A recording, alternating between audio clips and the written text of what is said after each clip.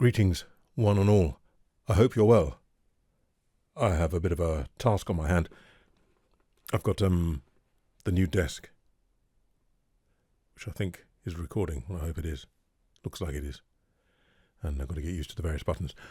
And then I have this, which you may have seen the unboxing and vocal variations that I did on it.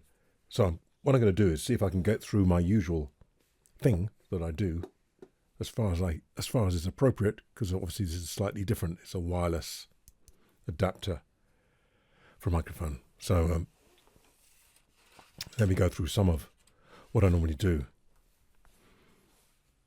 So the first thing says, so it's Phenyx, I don't even know what it is. Oh, here it is. It's a plug-on UHF wireless transmitter receiver, and it's called the PTU-X. How I came by it? Well, Miranda from Phenyx sent me an email and said, hey, Anton, I like your channel. I said, thank you very much. She said, some products we'd like to send you, or a product you'd like to choose. So I chose something, not this. I chose something else, which had was a wireless receiver. Happened to be the most expensive thing. Wasn't that expensive, but the reason being that I was interested in the mics, of course.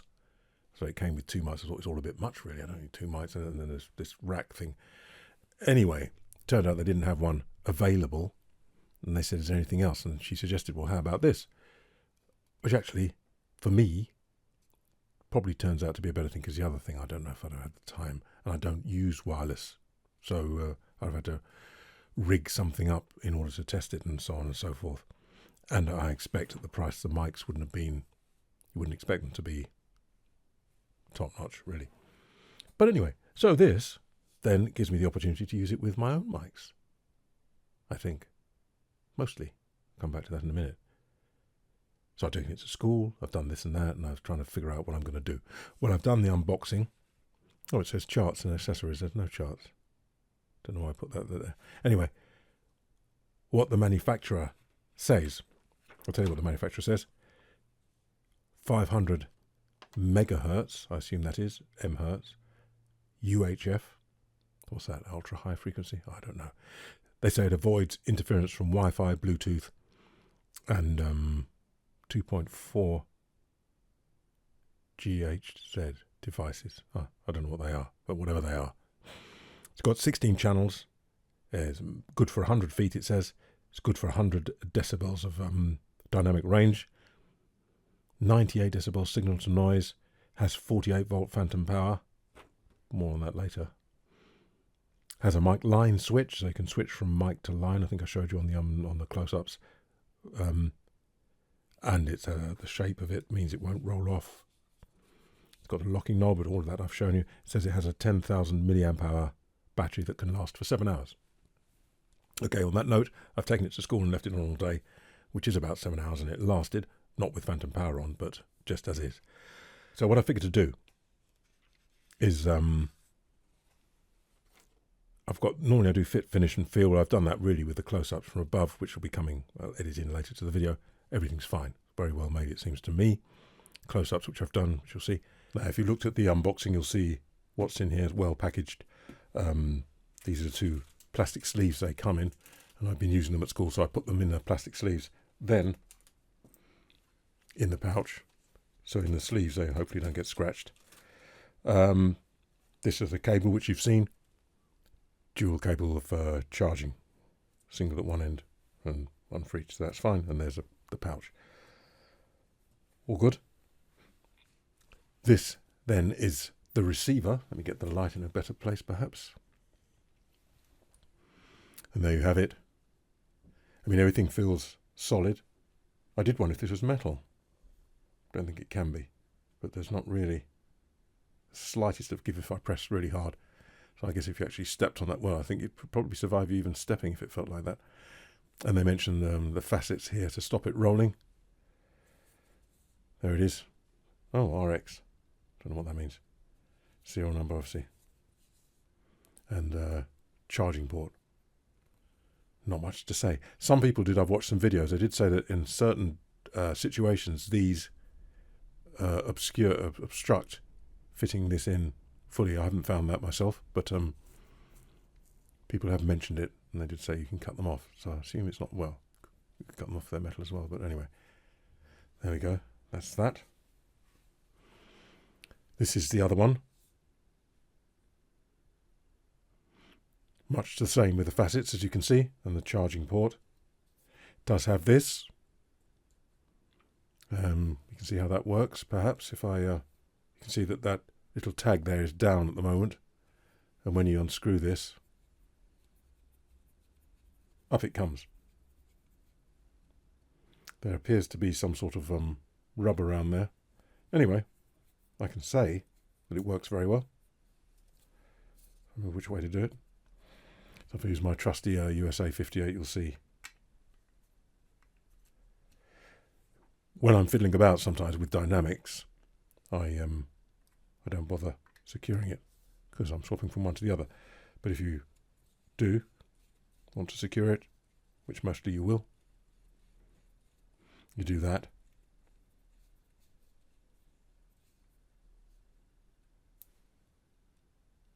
And there's no play. Very good.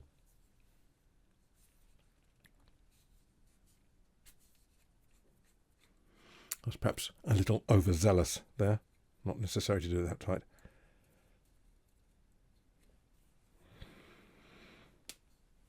There are the pins, as you can see. And really, not much more to show. I can switch this light off. I'll just show the what I remember of the booting up process, and we'll see what happens. So I've got the power on this one, the transmitter that goes to the mic. And that's come on channel 2. Just going to boot this one up.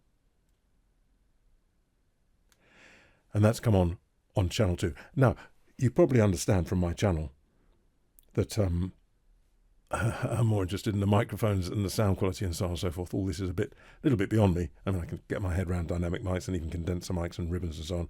What on earth goes on inside this? I don't know.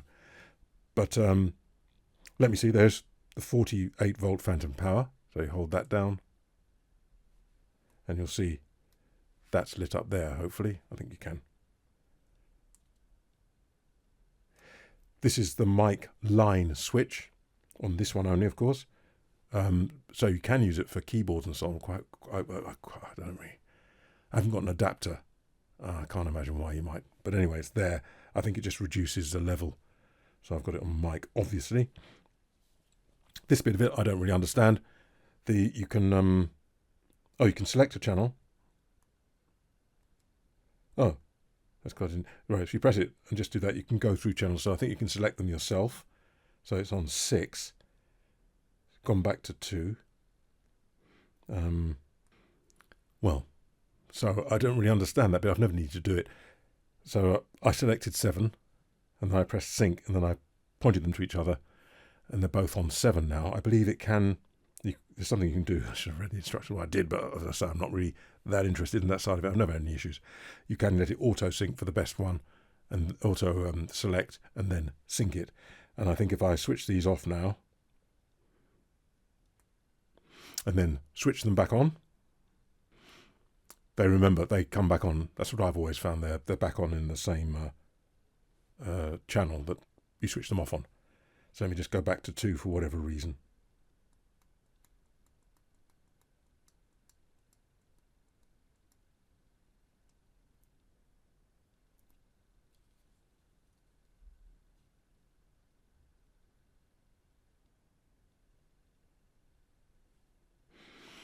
And there they are, both on 2. I'm quite pleased with myself. It's not my kind of thing, all that. So there you go. I've never had any issues. Well, in case you want to see inside the box, some of you will have seen that in the unboxing. And here is the pamphlet that comes with it, but you might be better off online. It's larger. You can read that. But it does tell you everything you need to know. Yeah. And some advice as well. Yeah. And troubleshooting tips, quite thorough. Specifications as well, if you're interested in such things. Very thorough, actually. fine. So the first thing I thought I'd do is compare it, obviously, to a cabled mic. So I have these Beyerdynamic M88s. I think Beyerdynamic did say, somewhere I read, you don't need to bother ordering a matched pair from us because they're so consistent and accurately made that you can just buy one and then buy another one later and it'll be fine. Of course, some of these are quite old now, so I'm just going to go between the two of them. They might have been mishandled, abused or so on. So I'm just going to go between these two. They're both wired, and let you hear that these two are pretty similar, seems to me, if not identical. So now I'm on this M88. I'm on this M88, as you can see. I'm on this M88, as you can see, and I'm going to swap to the other M88. Now I'm on the other M88, and I think you'll agree with me, it's very difficult to tell if there's any difference. Very difficult to tell if there's any difference going back to the first one. Very difficult to tell if there's any difference. Very difficult to tell. So that satisfies me that these two mics are very similar, if not identical. So what I'm going to do now is unplug this one and plug the Phenyx into it and leave the settings the same. I'm back on the SV33 whilst I do that. So just going to unplug the cable, as you'd expect, of course. Fit this on. I think it looks quite smart on the M88 actually, being black, and the M88 being straight-sided, I think helps probably. So if you've seen from the unboxing, this screws on and is quite secure. And that's what it looks like on the M88, so I'll power it up. Now, what I've done, this is a transmitter, it's on 2. I assume the receiver's on 2. The receiver is at the end of quite a long cable, so I'd say about, 20 feet or so out there, and then round the corner in the kitchen by the 2 computers. So I've got 2 computers by it, and it's in the kitchen, so either the signal's got to go through the wall or bounce off walls and stuff.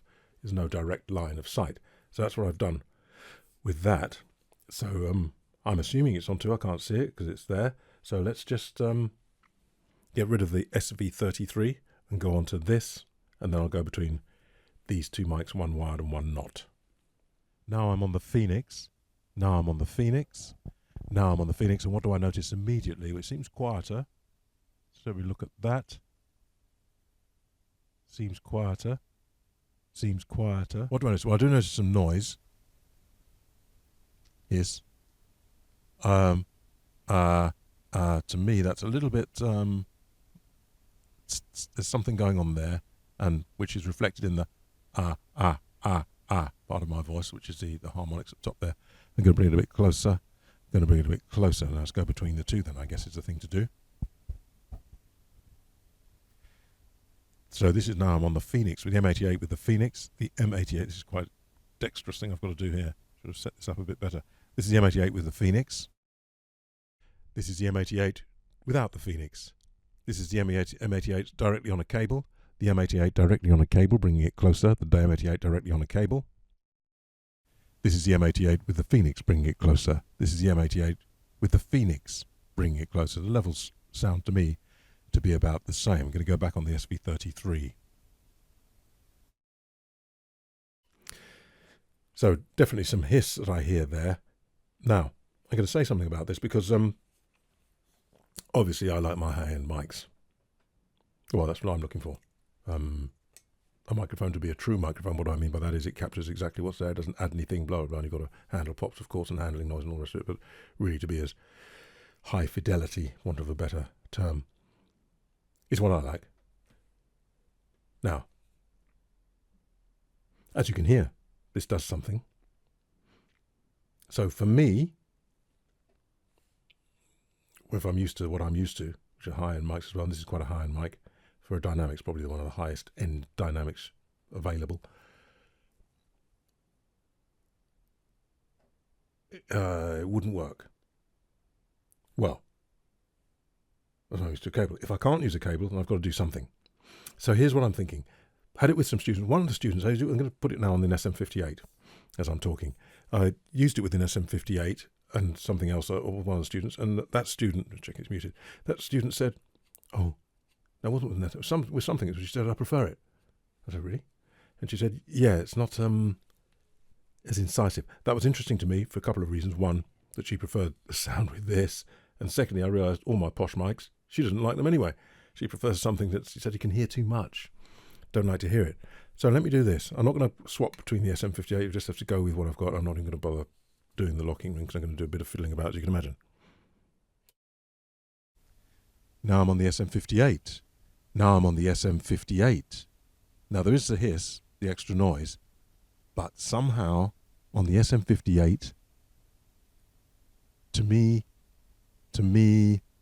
it isn't as obvious. So I think the higher end the mic is, the more you're going to notice it. Also, you're listening through headphones probably, or good speakers. When it goes through a PA, you don't notice it so much. So I'm going to go back on the SV33. Back on the SV33. So that's what one student said. They preferred it. And as I say, I didn't notice it so much through the Bose compact in the classroom, which is like a small PA, but it is quite a hi-fi PA. So there's that to consider. I mean, we're not just talking about me, I guess. And what I've got here is a few mics. One thing I have noticed, it does seem to be kind of microphone dependent. Let me just check my notes because I don't want to miss anything out. Oh, I'll just mention this.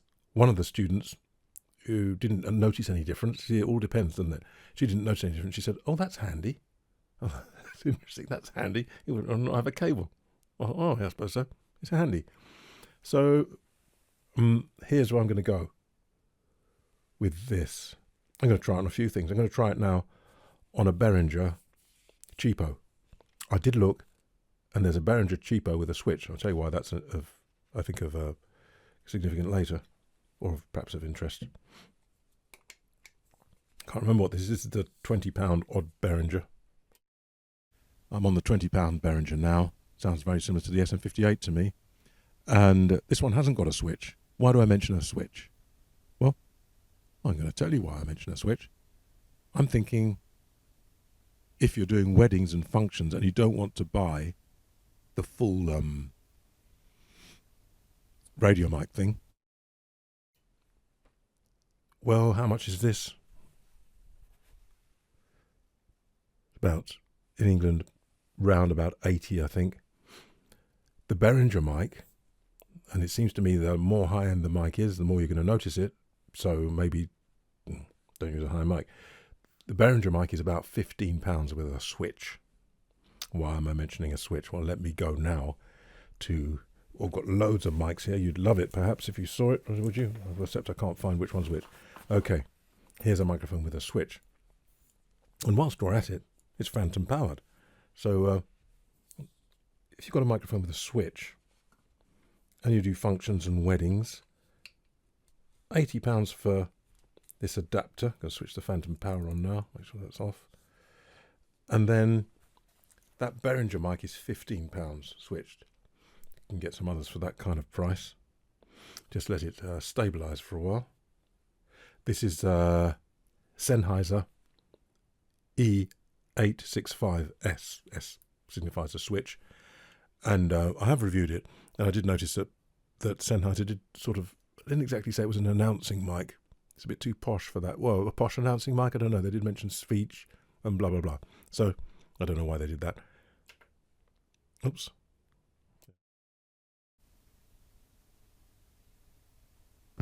So now I'm on the, actually if I switch it off, because it's got the switch, you can hear obviously you can hear the background noise. Now I've switched it on, and this is the Sennheiser with the phantom, being phantom powered. So I can imagine now that if you're doing a wedding or occasionally, and you might want to, I had one the other day where they pass it around, people get tangled up in the cable, not professionals obviously, just punters, get tangled up in the cable, or maybe the cable's not long enough, then maybe this is an option. Maybe this is an option. Maybe this is an option. I don't know if I want to use it for singing. I don't know if I want. I don't know if I want to.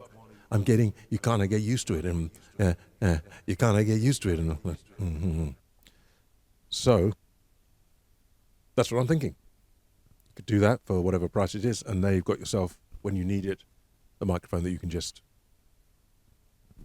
give to people. Something else I noticed then is that it doesn't work with all microphones. back to the SV33. Bring the volume back down. I'll leave it about where it is. Now, this is something I noticed. Let's try a few other microphones that I have here. We've done that, we've done that. Well, I'm going to show you one where it doesn't work at all. So, you're going to have to figure out a bit what you're doing. I did mention, I think, when I did the unboxing, that I thought, oh, so maybe I could use it as a phantom power supply for amps that don't have phantom power. Not really for the wireless thing, because I don't use wireless. I'm always playing something. So it's on a stand, so it's irrelevant for me. But I did think, well, I've got some of those valve amps there, and I could, they haven't got phantom power, obviously, so I don't use the condenser. But I thought, well, I can use this. Can I? Let's find out. Phantom power's on. This is the SR40V, which I know is a hungry beast when it comes to phantom power. I think they changed it a bit, but I think the original ones, they said when we say 48 volts, we mean 48 volts. Because when this 48 volts is phantom power thing, I think some things deliver from the high teens to 20s or something. I don't know, well, up to 48, but that's what when we say 48, we want 48, full spec, whatever the full spec is.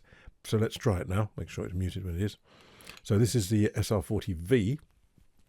I'm not going to bother securing it, I'm just going to hold it carefully. I'm going to give it time to, what do you call it, normalize. Going to kill the the SV33, go on to the SR40V.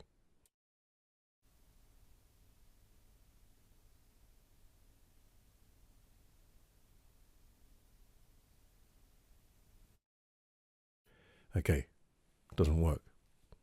I suspect nowhere near enough power. Muted, yes. So if you want to use your SR40V, forget it. I'm thinking, obviously, for the price of this thing, you're probably not going to be using high-end mics, but you might as well just know that in case you're thinking, oh, this would be great. I've got, we've got posh mics, maybe. It depends on what they are. Let's try this one. Let's try the Neumann, sorry about the din, the Neumann KMS105. This is the Neumann KMS105. I told you I had a lot of mics here. You want to see the desk? It's a right mess. But I thought I'm only just going to do this once, like Sir Joseph Bazalgette said when he's building the London sewers. So I'm going to do it thoroughly. And you can skip. Okay, we'll let that sort itself out just for a while. Switching off the SV33. And I'm going to fade this one up because it might be more powerful. Now I'm on the Neumann KMS105. Now I'm on the Neumann KMS105. Well, well, well. Firstly, it works. And secondly, to me, it doesn't sound too bad. This is a Neumann KMS105. Neumann KMS105. Think there's enough of that? Back on the SV33. Well, that's interesting. I've got a few others to try. May as well. You're getting the idea. You're going to have to try. I don't know how you're going to do that. I've got loads of... Incidentally, the Sennheiser one with a switch is an electret condenser, so I don't think they use as much power. Here's another electret condenser, which doesn't use as much power, but the Neumann apparently is a full condenser, so it must be to do with the circuitry.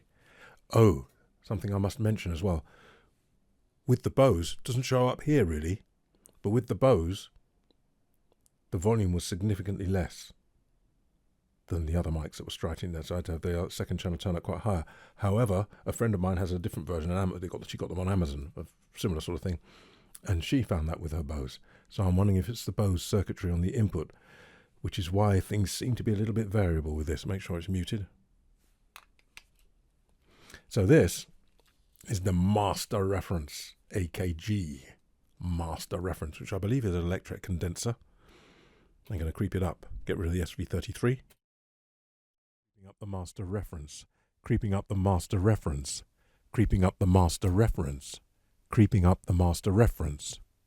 Reference. I don't remember that being a characteristic of it particularly. So there you go. The Neumann seemed to work quite well. This, for me, sounds a little bit edgy and a bit top and bottomy. Don't know why. I guess it might be to do with electrical stuff. Ugh. So I think we're getting the idea that it kind of depends. If I got anything, I thought I'd try a ribbon, because the Beyerdynamic ribbons have got a very low output. So I wanted to see how it might handle with that. Of course, the more I have to turn the desk up. Oh no, I can just use this one seeing as it's here. True condenser Beyerdynamic V96C. Muted. Yep. True condenser. Normal C. I'm going to do another review of this because I neglected it and I used it recently. I thought, oh, it's no slouch. But anyway, going off the SV33 onto this. Now I'm on the Beyerdynamic V96C. I'm on the Beyerdynamic V96C. I'm on the Beyerdynamic V96C, which is quite an expensive microphone. I don't think they make it anymore. I'm on the Beyerdynamic V96C. The Beyerdynamic V96C. Back on the SV33. I'm hunting around for my ribbons. I think we're nearly there, don't you worry. Done that one, done that one, done that one. Oh! Yes, I got another one hiding. This feels like the ribbon. It's heavy. Let's see what the ribbon has to say.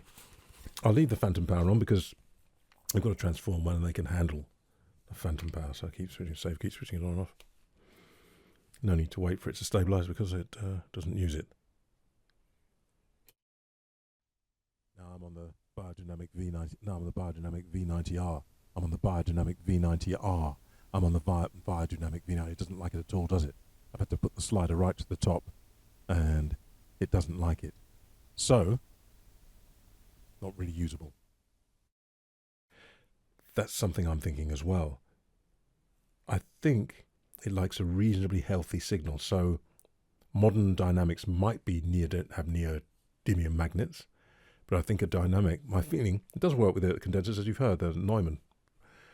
But if you've got a Neumann, would you want? Well, you might do just for occasions when you can't use a cable.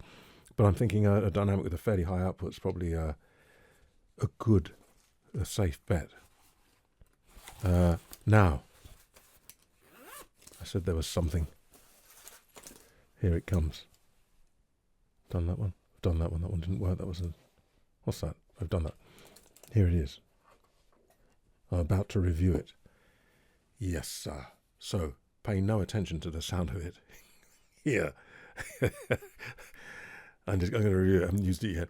Well, I've used it a lot, but I'm going to review it. But don't use this as any means of an idea of what it might sound like. So this is a Ehrlund. I'm going to say, I can't remember what it is. Ehrlund, the vocal one. They only do one with a triangular diaphragm. So I'm just letting that stabilize. And here we go. Up the Ehrlund, creeping up the Ehrlund, creeping up the Ehrlund, creeping up the Ehrlund, creeping up the Ehrlund, creeping up the Ehrlund, creeping up the Ehrlund, creeping up the Ehrlund. There we go with the Ehrlund. I mean, wow. Loads of noise and distorted. I have no idea why. I think enough is enough of that. Okay, back on the SV33. Oh, incidentally, the Earthworks SR40V doesn't work at all. I suspect Earthworks are quite power hungry. So, all right. What can I say? What are my feelings? Well, it's handy, yes. There seems to be some degradation and alteration. It seems to be microphone dependent. So my feeling is, seemed to work okay on the SM58. Surprisingly, the Neumann KMS105. That Sennheiser seemed to be okay. Didn't like it on the AKG. Don't like it on the Beyerdynamic. Don't like it. It didn't work really on the Ehrlund. It doesn't seem to work on the Earthworks. I didn't try the SR117, which is might not be quite so demanding. So I think you've got to find the right mic. I don't know if they do a returns policy, but I imagine the closer you get to an SM58. Did I like it on the Behringer? I think it wasn't bad on the Behringer. This is the Behringer. This is the Behringer. This is the Behringer. So it's not bad on the Behringer, I don't think. Not bad on the Behringer. Not bad on the Behringer. Not bad on the Behringer. Within reason, not bad. I think some others were better. But I'm going to stop. Yeah. Find yourself, if you get a mic that works with it, and again, I say probably its forte, as far as I could see, would be a mic with a switch. And I keep banging on about the switch. I'm just thinking you wouldn't need that necessarily, of course, if it's just for you. But I'm thinking it might be very useful for conferences and so on and passing them around, in which case that Sennheiser, even though being a condenser, worked well with it, I thought. No use for me, obviously, because there's no need for me. You have to make up your own mind about that. If you do dance and move around and you're not too bothered, don't forget you're listening on headphones here with a very clean sound. It's not everything that you hear you don't hear it quite so much when it's going through a PA. I think I've said enough. Let me just check my notes and make sure I haven't missed anything. I don't think I have. Nope. That's it. So I hope that's been of some use for you. And I'll see you next time. For a minute there I looked at the camera. I thought, after all that, I didn't press record. But I did. See ya.